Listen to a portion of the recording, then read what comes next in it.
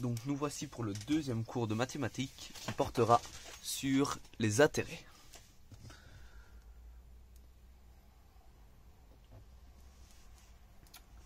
En premier lieu, nous allons parler des intérêts simples et puis nous passerons sur les intérêts composés. Donc les intérêts simples.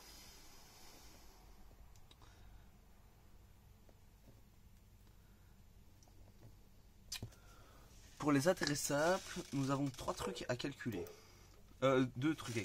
Nous avons le grand I, qui sont les intérêts,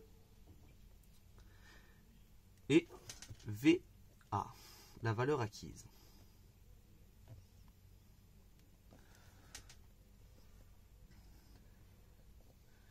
Pour ce faire, nous avons trois données, CO, petit i et T. CO est le capital de base.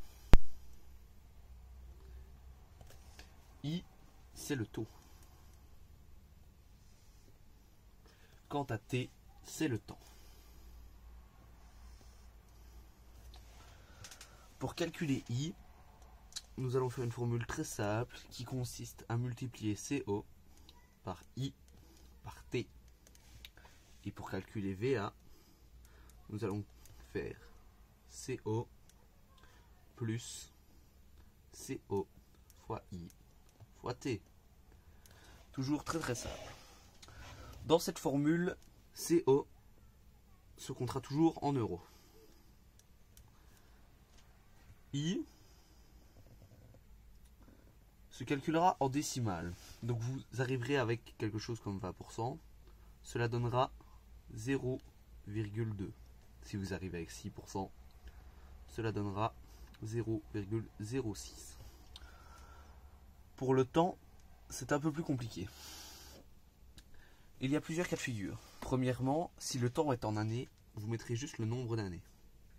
Si le temps est en mois, vous mettrez le nombre de mois divisé par 12, car il y a 12 mois dans une année. Si c'est en semaines, vous mettrez le nombre de semaines divisé par 52, car il y a 52 semaines dans une année. Si cela se compte en jours, vous mettrez le nombre de jours divisé par 365. Voilà, avec ça, vous avez de quoi faire pour tous les intérêts simples. C'est très simple et il suffira peut-être à changer la formule. Pour les intérêts composés maintenant. Composés. Nous avons les mêmes données auxquelles on rajoute CT. CT est en fait égal à VA. Mais c'est pour les intérêts composés. Donc, la première chose sera de calculer CT. CT est égal à CO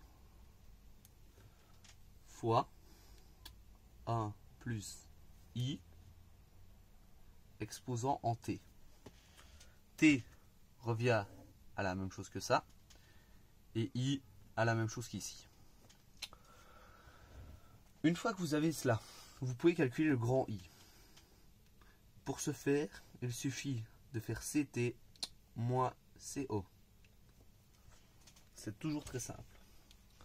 Ensuite, si vous devez calculer petit t, car vous ne l'avez pas, vous ferez logarithme de CT sur CO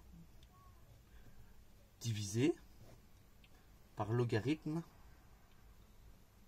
de A plus I. En rentrant cela, vous arriverez à la durée. Si vous devez calculer le capital de départ, c'est-à-dire CO, vous devrez faire CT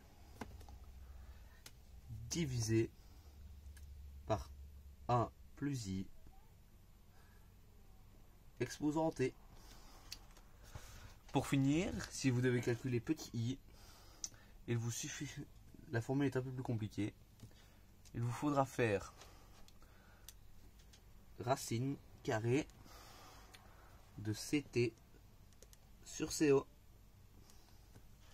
moins A, tout cela moins A. Donc la racine carrée sera moins A.